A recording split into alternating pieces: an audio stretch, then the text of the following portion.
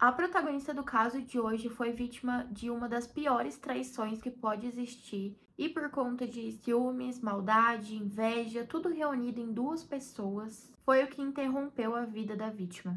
Esse é o caso da Skylar Neese, que eu vou contar hoje pra vocês. E caso você se interesse nesse tipo de conteúdo, não se esquece de apoiar o canal, curtindo, comentando, compartilhando, se inscrevendo, ativando o sininho, me seguindo nas redes sociais, que vão aparecer aqui na tela, e os links estarão na descrição do vídeo. Lembrando que eu tenho outro canal aqui no YouTube também, onde eu conto sobre minha vida, rotina. O link também tá na descrição do vídeo. Sua sugestão de casos, histórias e mistérios é muito bem-vinda aqui no canal. Fique à vontade pra deixar nos comentários. Finalizados os recados, agora bora pro caso.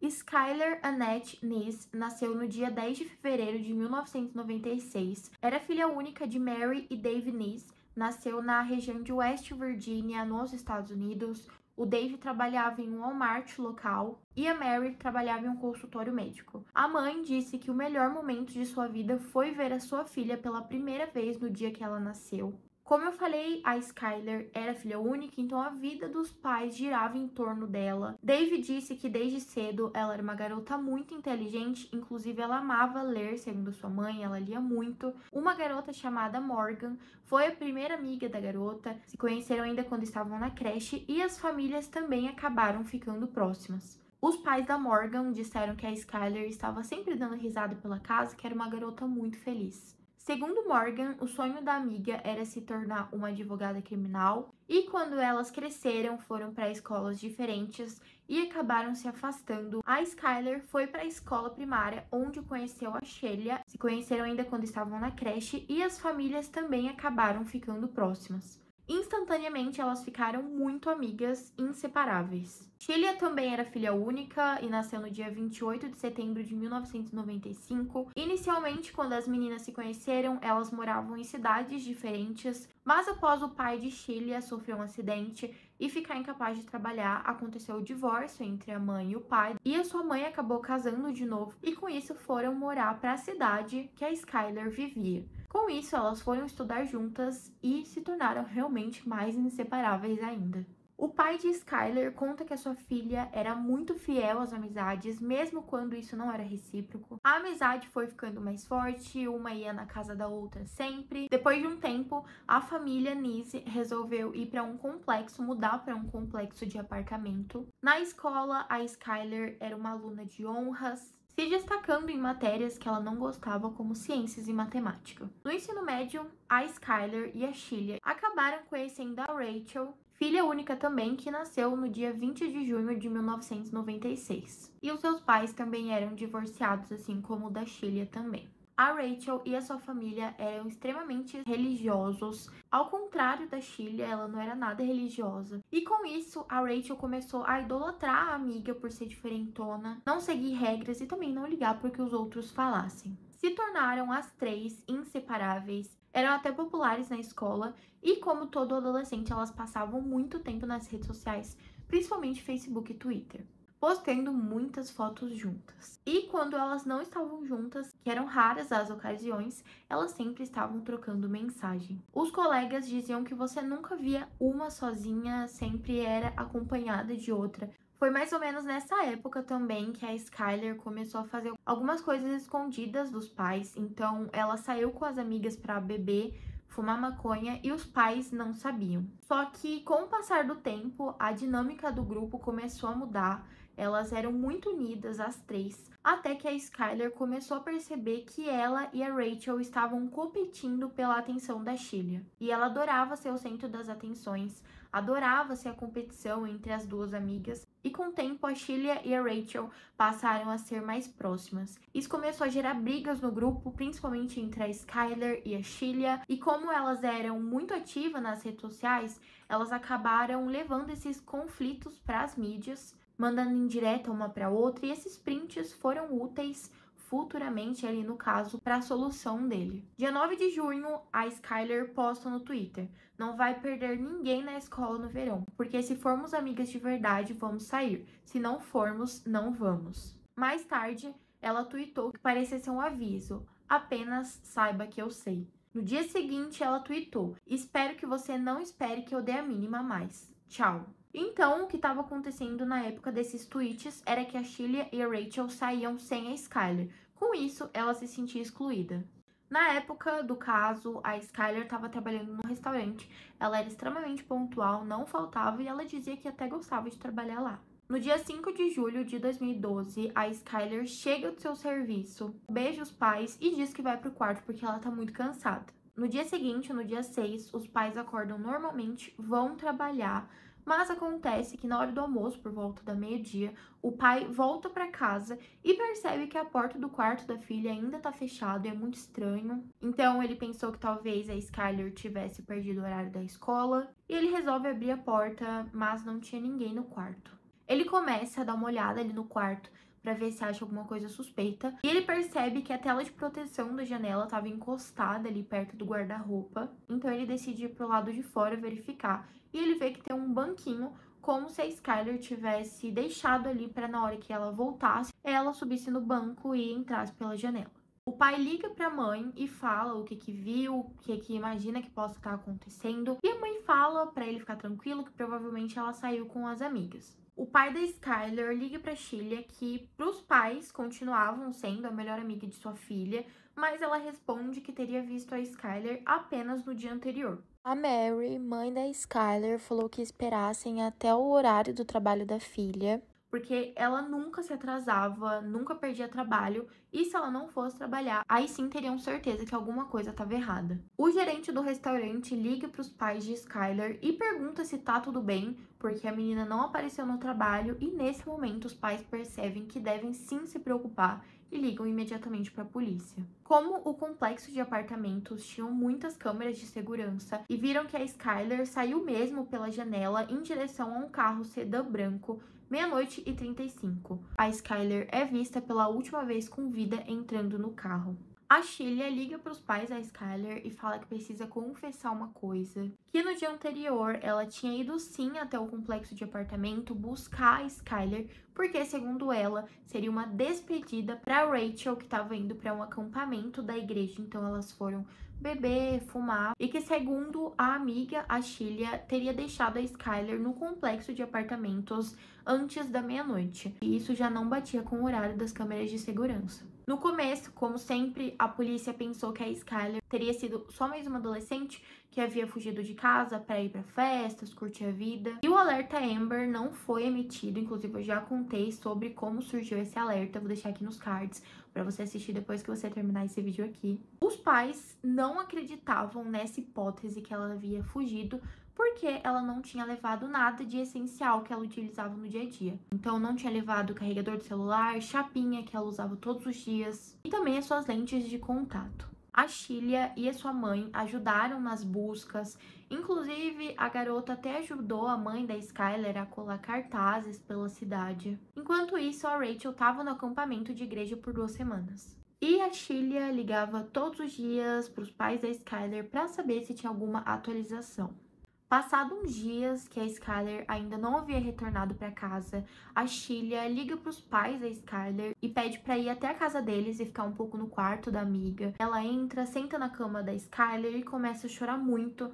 Com isso, a mãe da Skyler a consola e a Sheila vivia colocando mensagens no Facebook para que a sua amiga voltasse. Depois de alguns meses que a garota ainda continuava desaparecida e não tinha nenhuma atividade na conta bancária ou no celular, o que normalmente é incomum quando uma pessoa foge, então isso começou a alertar as pessoas que talvez ela não tivesse fugido de casa. Vários rumores na cidade começaram a surgir, como por exemplo, que ela tinha ido para uma outra festa depois de ter encontrado com as suas amigas e que nessa festa ela teria sofrido uma overdose e que as pessoas nessa festa teriam entrado em pânico e escondido o corpo da jovem. Na escola, o rumor é que ela teria encontrado um predador sexual pessoalmente depois de tê-lo conhecido na internet e que ela teria mudado de país. Outro rumor é que acreditavam que as suas amigas Sheila e Rachel sabiam onde a Skyler estava e não queriam contar. O FBI se envolveu no caso e interrogou os colegas da garota, e um menino que era da mesma classe falou que a Sheila e a Skyler estavam brigando muito, contou entre aspas. Uma vez no 2º ano, eu e a Rachel estávamos no ensaio da peça Orgulho e Preconceito e a Rachel estava com o telefone no ouvido e ela estava rindo. Ela disse, escuta isso. e era a Sheila e a Skyler brigando, mas a Skyler não sabia que estava numa ligação com a Rachel também.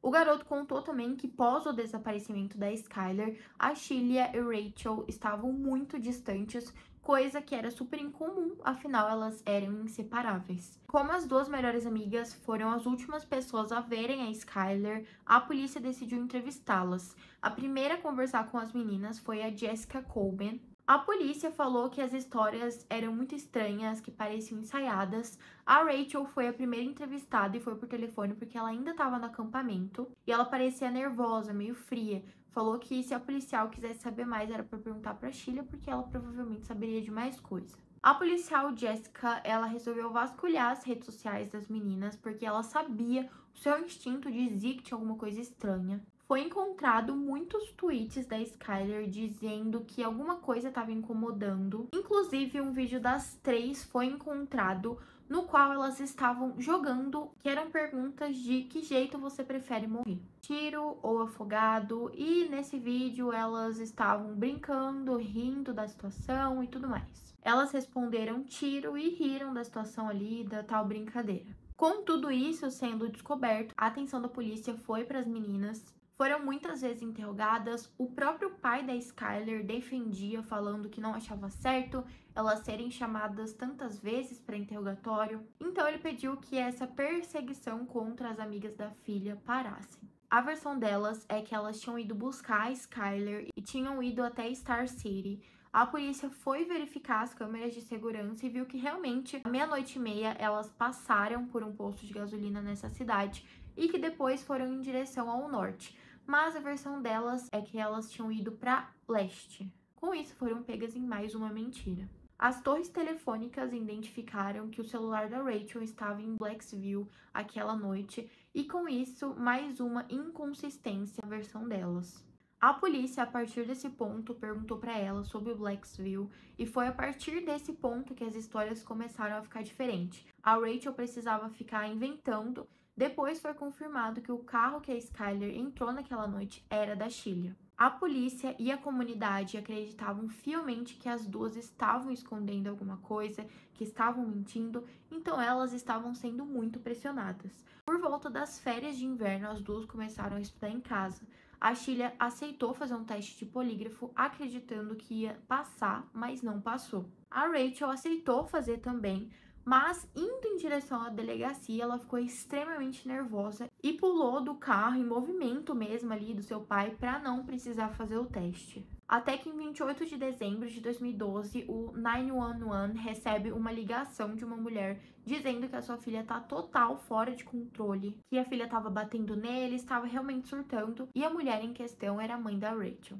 A Rachel, ela foi internada porque ela apresentava comportamento suicida e saiu 6 dias depois. No dia 3 de janeiro de 2013, a Rachel vai até o escritório do advogado da família e confessa que ela está envolvida no desaparecimento da amiga. O advogado levou ela até a delegacia para ela confessar o que aconteceu, mas ele queria um acordo. Todos acreditavam que ela sabia mais do que ela estava falando, mas quando ela começou a explicar a situação, todo mundo ficou em completo choque.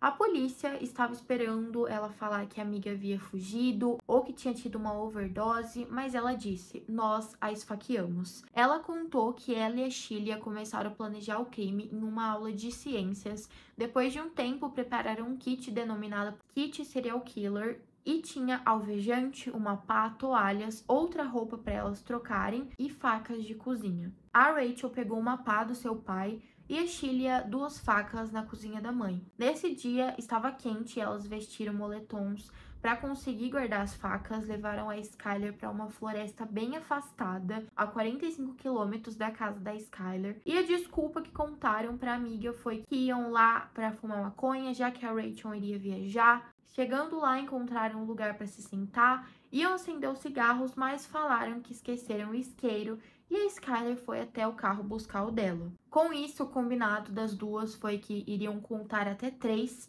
e iriam atacar a vítima. No 3, elas começaram e só pararam depois de 50 facadas.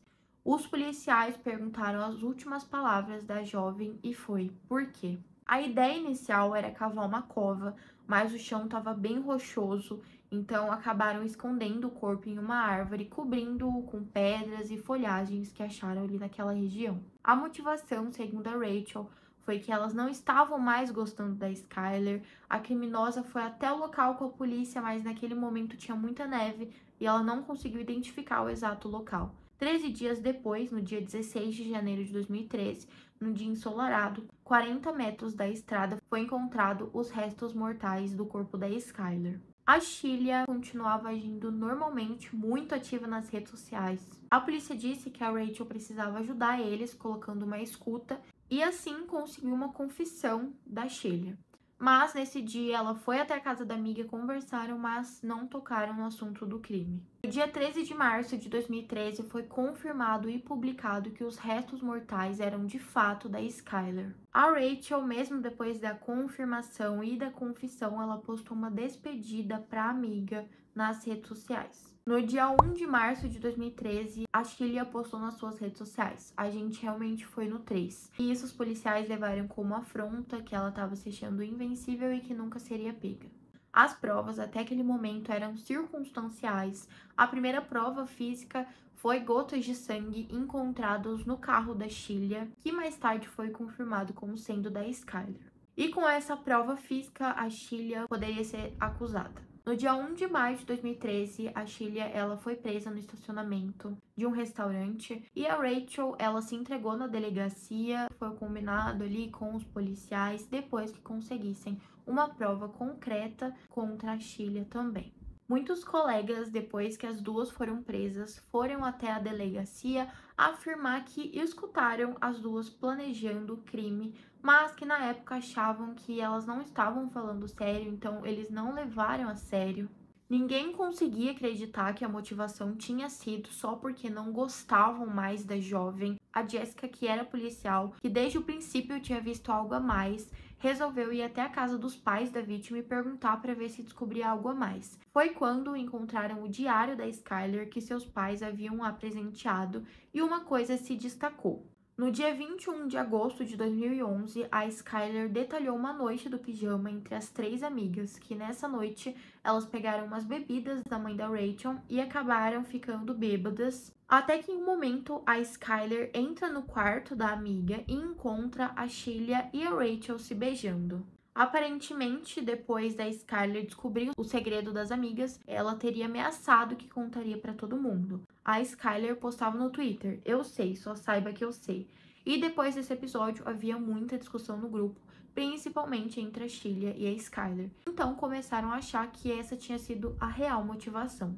Um ano antes do crime, os professores falaram que escutaram as meninas conversando como seria a melhor forma de se livrar de um corpo, numa aula de biologia forense, porque um corpo tinha sido encontrado atrás da escola delas, mas os colegas perceberam que, na verdade, elas estavam falando da Skyler. As duas foram condenadas como adultas no dia 24 de janeiro de 2014, com o tribunal cheio, muitas pessoas vestindo roxo, a cor favorita da Skyler. A Sheila se declarou culpada de homicídio em primeiro grau e foi condenada à prisão perpétua, com possibilidade de condicional depois de 15 anos. Ela sempre se demonstrou muito fria e não quis falar nada para os pais da vítima. A Rachel foi condenada no mês seguinte e ela resolveu mandar uma mensagem ali no tribunal para os familiares da Skyler. Ela disse: "Eu sinto muito, eu não sei a maneira adequada de fazer esse pedido de desculpas, porque não há palavras para descrever a culpa e o remorso que sinto todos os dias pelo que eu fiz. A pessoa que fez isso não era a verdadeira eu, não a que eu sou,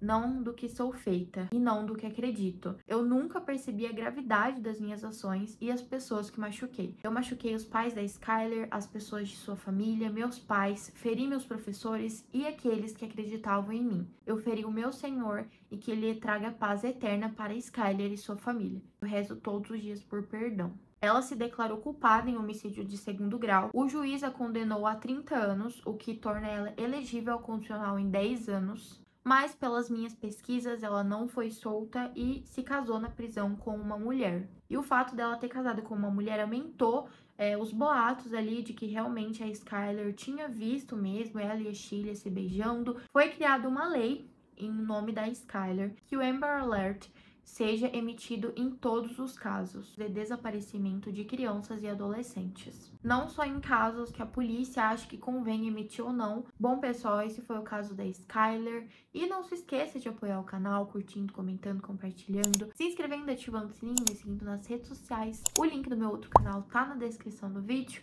Um abraço e até o próximo caso.